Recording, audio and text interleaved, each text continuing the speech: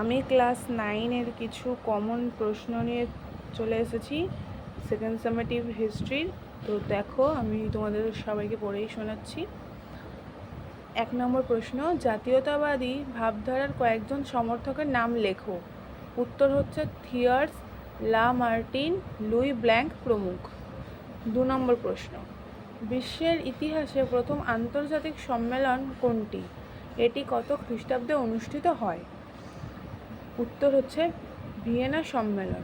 এটি হয় 1815 খ্রিস্টাব্দে। 3 নম্বর প্রশ্ন, ভিয়েনা সম্মেলনের সভাপতি বা প্রকৃত নিয়ন্ত্রক কে ছিলেন? উত্তর হচ্ছে প্রিন্স মেটারনিখ। আর 4 নম্বর প্রশ্ন, ভিয়েনা সম্মেলনে রাশিয়া, ইংল্যান্ড এবং ফ্রান্সের প্রতিনিধি কে ছিলেন? রাশিয়া হচ্ছে জার প্রথম আলেকজান্ডার, ফ্রান্স হচ্ছে টেলেরা, ইংল্যান্ড হচ্ছে ক্যাসেলরি, রাশিয়া হচ্ছে তৃতীয় ফ্রেডারিক উইলিয়াম।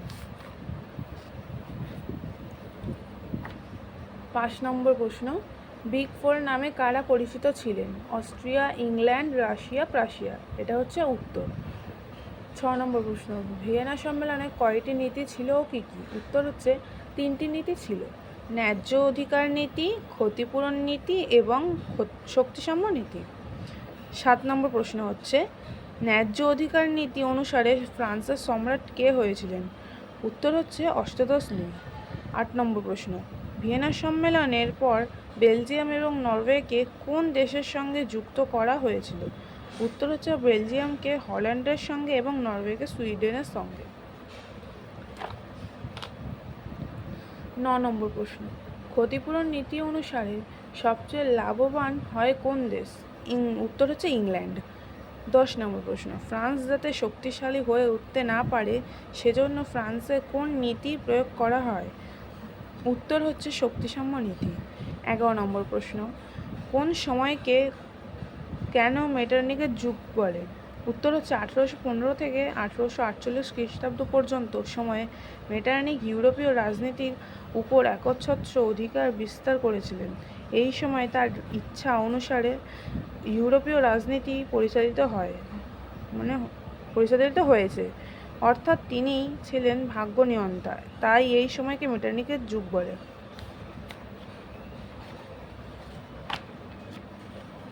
12 নম্বর প্রশ্ন, কে কত খ্রিস্টাব্দে কোথায় কার্লসবার্গ ডিক্রি জারি করেন? উত্তর হচ্ছে প্রিন্স মেটারনিখ 1819 খ্রিস্টাব্দে জার্মানিতে।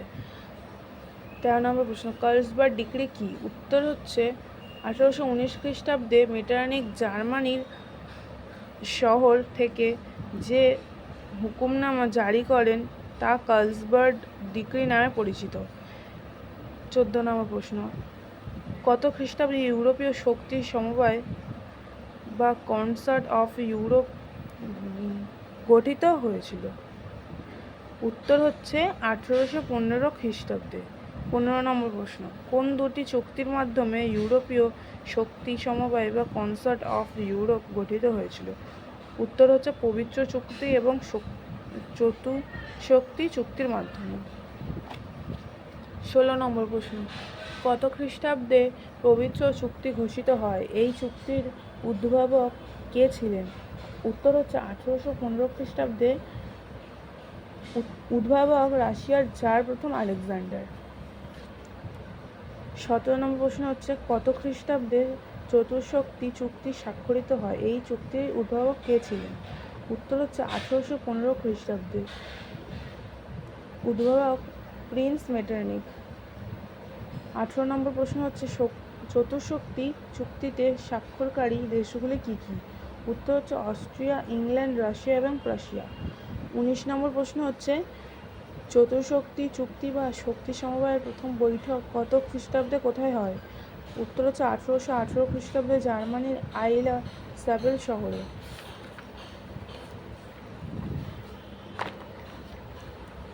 20 নম্বর প্রশ্ন হচ্ছে, কত খ্রিস্টাব্দে শক্তি সমবায়ের পতন ঘটে? উত্তর হচ্ছে 1825 খ্রিস্টাব্দে।